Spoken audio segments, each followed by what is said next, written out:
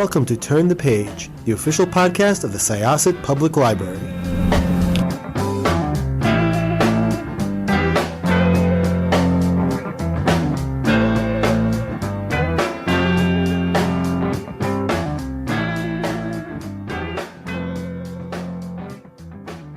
Hi, this is Syosset Library's Turn the Page podcast. I am your host, Jessica, and I am here with the author of a book called In a Dark Mirror. And it's got a lot of really interesting little plot points and twists and turns. It has like a character study angle, a true crime angle, a little bit of a horror angle, depending on how you want to look at it. I mean, true crime and horror are kind of cousins at this point, I think.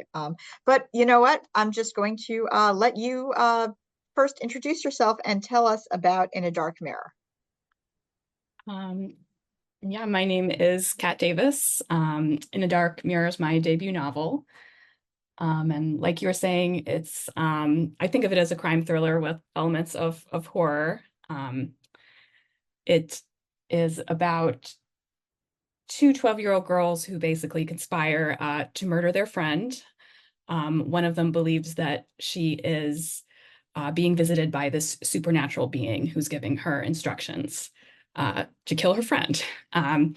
So it's inspired by a real life crime that a lot of people I think are familiar with at this point, the Slender Man stabbings that happened about a decade ago. So my book is a fictionalized kind of treatment of it, and it deals with a timeline that leads up to the crime and then also has another timeline that takes place 10 years later after one of the girls is released and has to rebuild her life. So yeah, this, first of all, I don't know, like simultaneously that case seems both more recent and further away. I don't know why, on one hand I'm like, oh, 10 years, that's a lot longer than I thought. And then on the other hand, I'm like, I thought it was 20 years ago. It does feel like I think stories and cases like this are almost cyclical, things sort of that are inspired by the media kind of come out, and you hear about a teenager or several teenagers trying to recreate it, and unfortunate circumstances ensue, and then we move on to the next one. But this one in particular definitely was extremely well talked about, especially since the whole idea of Slender Man was like an internet meme phenomenon, an internet creepypasta horror story, and it was disturbing to say the least. But the story is about it's about three girls, really. So it is about Maddie, who is, I believe, the main one we really hear from. She is the one who is just getting out of a psychological hospital after serving time or treatment, depending on how you want to look at it, or maybe a little bit of both, after this case. The second person the story is about is Lana, who is Maddie's friend, who was the one who believed that him, which is the Slender Man type character, was giving her instructions. And then there's Sage, who was the victim of the stabbing, who may just have been in the wrong place at the wrong time, moved on to the wrong block, and it was summer and there were these two girls and she was lonely and became friends with them. So it's sort of a little bit about all of those things. Maddie and Lana, they're are they about 12? Yeah, 12, I think, is their official age. Yeah. So they're really kind of at that cusp of children's and teens. They're not most kids, I would say, their age are beyond where they are emotionally, but not everybody. And I think that in most cases that's fine. I think everybody expects a 12-year-old to suddenly want to be a 16-year-old. And sometimes it's okay for a 12-year-old to want to, still sort of play. I mean, this is why we have role-playing games and LARPers out there, because there are other channels. But Maddie and Lana, I feel like Maddie specifically is really kind of starting to sense that change. She's sensing that change in her body. She's sensing that change in her mind. Lana is definitely very reluctant to be moving on to her next stage. And she really wants to hold on to what at first seems to be a fantasy, but then you kind of start to worry, or wonder rather, if this is maybe a little bit more. So did you do a lot of research into the case itself before you wrote the book? Uh, yes, in the sense that I read about it, the case at the time, and I sort of thought, well, this is really bizarre, and it's fascinating, and you know, it's the kind of thing that you could make a good novel, except that it's sort of perfect in itself. Like you just want to read a nonfiction account of it. Um, and then in the meantime, I was working on a novel that dealt with sort of adolescent girls and creepy things happening, but it wasn't quite going anywhere. And I sort of thought back to this case, and I kind of thought, well, it's thematically, these are the same issues, but what this case has is actual stakes on, a crime at the center of it. Um, so I think the way I really got into it was just thinking, I was in some ways an immature and sort of overly imaginative 12-year-old kid, but I would never have done what these girls did. So what were they thinking? What was happening in their heads? And I think that's probably how I really started writing it, was trying to think, so what were they thinking as children? And then how might you feel, or how would you understand that crime, later when you're a grown up with like a better functioning brain, basically, to understand the consequences of what you've done. Yeah, and I think there is that fine line between imaginative and some toxicity, where you're really taking it too far. And there are moments, like Maddie really doubts herself a lot of times, what exactly was going on between the two of them. But I have to say, because it also reminded me a little bit of the case that inspired Heavenly Creatures. Mm, And they were it was Juliet Hume and Pauline, I think Parker was her last name, or Reaper, depending yeah. on who you ask, where it again was like these two adolescent girls who were very wrapped up in their fantasy world. And for their case, from the accounts, they didn't want to be separated. Depending, the reason depends on who you ask and depends on how you look at it. But it did very much remind me of that, just like kind of like when you're in a very intense friendship, and you do influence each other very, very much, because Lana and Maddie, like, they play their own version of that mirror world universe from Star Trek, where there's an evil version of themselves. And yeah, I thought that was very interesting too. I'm curious if you had any inspiration from that as well. Um, well, the Heavenly Creatures reference is interesting. I still haven't seen the film, but I did actually read. I started reading a book written about that case, in particular about the friendship and how they came to sort of conspire with each other. It was, I think she killed her. One of them killed her own mother, Yes. Zealand, back in the 50s or something. I hadn't heard of it, and then I came across it kind of while researching this. Um, so yeah, I guess I did. I had other crimes of that kind in mind. Um,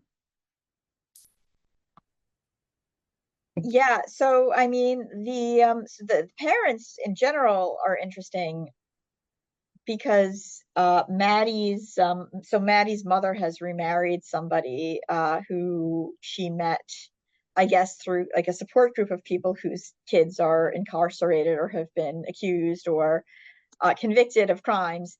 And she, unfortunately, this person is just, I liked what I liked about it was you did a really good job of sort of showing that the house she came back to was restrictive, but not necessarily in a way that was really giving alarm bells. It was just uncomfortable enough to kind of wonder whether or not she was going to be able to thrive in this situation. Mm-hmm. Yeah, I mean, she, as a 12-year-old, she was sort of in a home without enough structure. And then she comes back and she has this structure kind of enforced upon her by this not very likable stepfather figure. Um, so that I don't know, as I was writing those sections, I think my feeling for her was one of sort of a claustrophobic, like she needs to get out of here. Like, how can she get out of this house? And in some sense, that was her problem before too, was her need to get away from the place that she is in. And as a 12-year-old, that was, through this fantasy.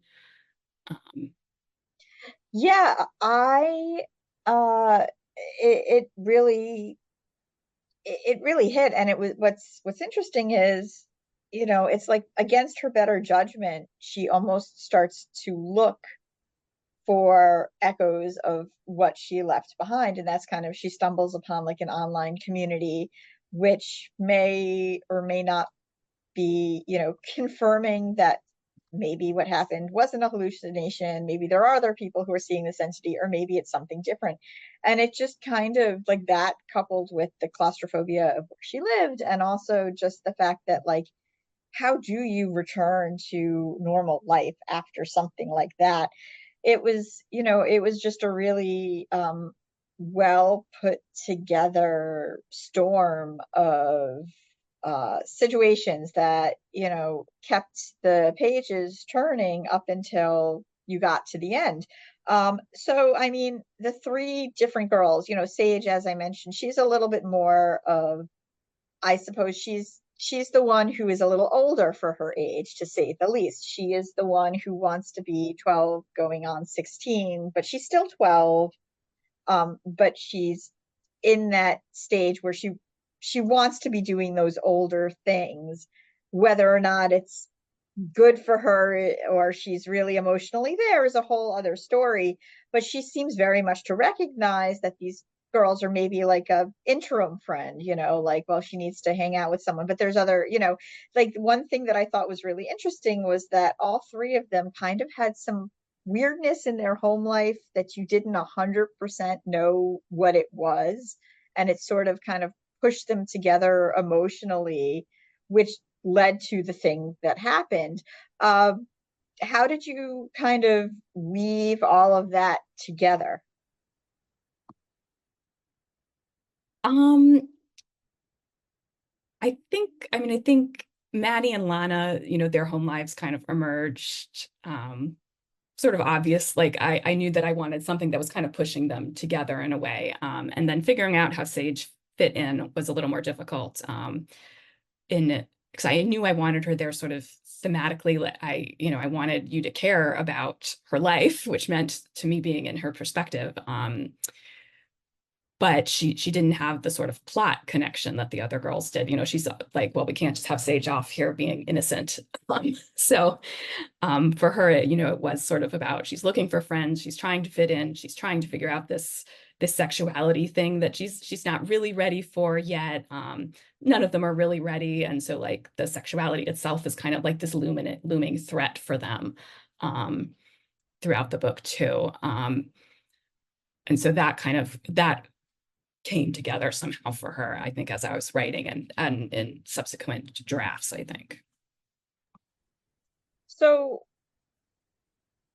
why do you think that, I guess, like these true crime stories really resonate with people? And do you find like do you think, with your research and like the other cases you're reading about, there is, like I was saying before, like there's a cyclical nature to these things?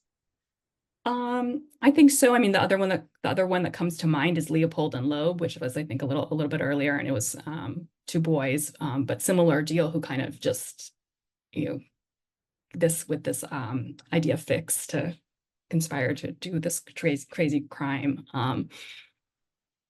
So I think there's something cyclical about it. I mean, I think I think there's this sort of perennial appeal of true crime, just in that, when someone commits a crime like this, it's a person who's done an evil thing, and we sort of want to understand, well, how can someone who maybe seems otherwise normal have made such a mistake or have done this thing? So it's that question about sort of the nature of evil. I think for me, I don't think I'm good at imagining violent events. Like I would never have come up with something this crazy if I were trying to write a fictionalized crime. Like I almost think like you wouldn't dare write something as nuts as this. And so for somehow the fact that it does have a little basis in real life kind of makes it seem a little more legitimate, or like maybe people are more willing to go there with you imaginatively for that reason. Although it is very much like a fictionalized treatment. So, like, what kind of books do you like to read? Is that your escape genre then? Um, it's funny because I read a lot of sort of straight up like literary fiction.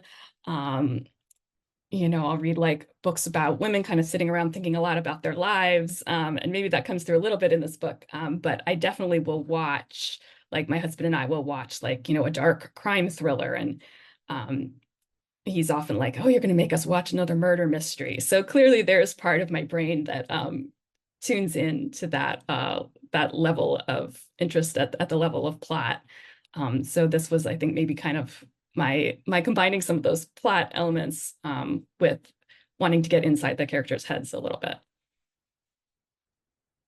Yeah, there really was almost, I mean, I wouldn't necessarily categorize this even as like a typical horror or a typical suspense or a typical thriller. There was a bit of literary fiction quality to it when you were just looking at their lives, both as a child and then Maddie looking back at her life as an adult. And it does kind of, again, I think I mentioned this earlier, give you this feeling of how how do you move on from that? I mean, is it even possible, especially for somebody who has to go back to the place where it happened, where people are definitely going to know who you are and what you did. Uh, I always want to know how people integrate back into life. Like you're supposed to get a job and move on, and it just doesn't seem like that is the easiest thing to do, even if you have been rehabilitated or if you are very aware that what you did was wrong. Had you done any like research into that? Um, Not really. That part was the most original part. Although I'd already written a couple drafts of this at some point, and I heard that one of the girls, and I think it is basically the counterpart of who would be Maddie in real life, had been released from an institution. And I thought, oh no, like, that was the one thing I was making up, and life is following it. But I read a little bit. I tried to get a sense of what it would be like to live a day to day in that sort of setting. I tried to find some accounts of that, mostly just online, of people talking about being in that kind of facility. But I'm sure I didn't get it like 100%. But I tried to tried to do a authentic enough feel for it. So are you working on any other books at the moment? Have started another novel. It definitely it's going to be dark, but I wouldn't say it's quite a thriller in the same way that this one is. So we'll see how it turns out. Awesome. Well, this was really good. It was a really good book. I think it has a lot of wide appeal for various reasons, and I look forward to what you write next. Oh, thank you so much. Thank you for having me. No problem. So once again, this was Jessica with Turn the Page podcast. My guest was Kat Davis. And we are going to close this chapter. It's time to close this chapter of Turn the Page. Join us for the next episode.